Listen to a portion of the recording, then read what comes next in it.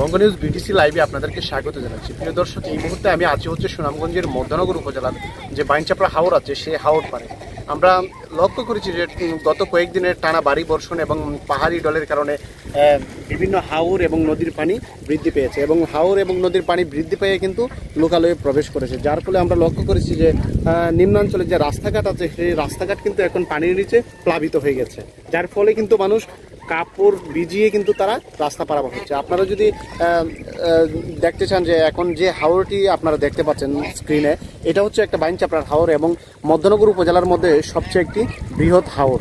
যে হাওরটিতে মানে কৃষকরা বড় মৌসুমে তারা ফসল উৎপাদন করে, এখন কিন্তু সেই হাওর একদম পানিতে কানায় কানায় পূর্ণ। আর আপনারা যদি এইদিকে একটু লক্ষ্য করেন যে দেখতে পাচ্ছেন যে হাওরে কিন্তু এখন মানুষ নৌকা দিয়ে চলাচল করছে এবং নৌকা ছাড়া কিন্তু এখন মানুষের চলাচলের অন্য কোনো যানবাহনে চলাচল চাইলেই তারা করতে পারে না। একমাত্র তাদের প্রধান বাহন হচ্ছে নৌকা এবং নৌকা দিয়ে তারা কিন্তু এক স্থান থেকে অন্য স্থানে যাতায়াত করে। আর আমরা যে একদম দেখতে পাচ্ছি যে আকাশ এবং যে পানি একদম কিন্তু সমতল হয়ে গেছে এবং বোঝা যাচ্ছে যে আকাশ এবং হাওরের পানি কিন্তু একদম সমতল হয়ে গেছে, বোঝা যাচ্ছে যে তারা যেন একাকার হয়ে গেছে। ঠিক এইরকম পরিবেশ কিন্তু এখন বোঝা যাচ্ছে। আর আমরা যদি আপনাদেরকে এখন জানিয়ে রাখতে চাই যে হাওরে কিন্তু এখন যদিও বর্ষাকাল শুরু হয়নি, বর্ষাকাল আসার আগেই কিন্তু আমরা বর্ষার যে পরিবেশ এবং হচ্ছে প্রচণ্ড বৃষ্টিপাত সেই বিষয়গুলো কিন্তু আমরা লক্ষ্য করছি এবং বৃষ্টিপাতের ফলে যে মানুষের যে সমস্যাটি হয়েছে যে নদীর পানি এবং হাওরের পানি বেড়ে যাওয়ার কারণে মানুষের যে নিম্নাঞ্চলের যে রাস্তাঘাট আছে সেই রাস্তাঘাটগুলো প্লাবিত হচ্ছে।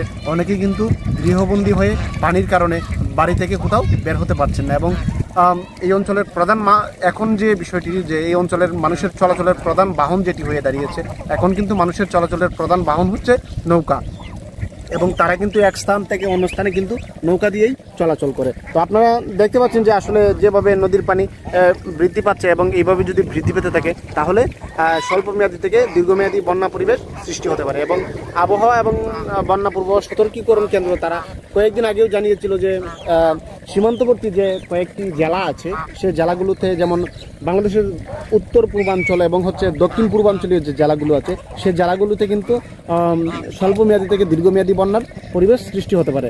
তবে তখন কিন্তু প্রশাসন তথা স্থানীয় প্রশাসন এবং জেলা প্রশাসন সহ তারা কিন্তু বন্যা পরিস্থিতি মোকাবেলার জন্য কিন্তু হাওর অঞ্চল এবং হচ্ছে যে সীমান্তবর্তী যে জনপদগুলো আছে তারা কিন্তু প্রস্তুতি নিয়েছিলেন। কিন্তু যদিও বন্যা পরিবেশের সৃষ্টি হয়নি, কিন্তু ইদানিং লক্ষ্য করছি যে গত দুদিনের ভারী বর্ষণ এবং পাহাড়ি ঢলের কারণে আমরা লক্ষ্য করছি যে বিভিন্ন স্থানে কিন্তু রাস্তাঘাট পানির নিচে তলিয়ে গেছে, যার ফলে কিন্তু মানুষ ঘর থেকে বের হতে পারছে না। তো আমরা যে বিষয়টি লক্ষ্য করেছি যে এইভাবে যদি পানি বাড়তে থাকে তাহলে কিন্তু এই সীমান্তবর্তী জনপদগুলোতে কিন্তু বন্যা পরিবেশ সৃষ্টি হতে পারে। তো সুনামগঞ্জের হাওর অঞ্চল মধ্যনগর থেকে এই ছিল পানি বৃদ্ধি পাওয়ার সর্বশেষ।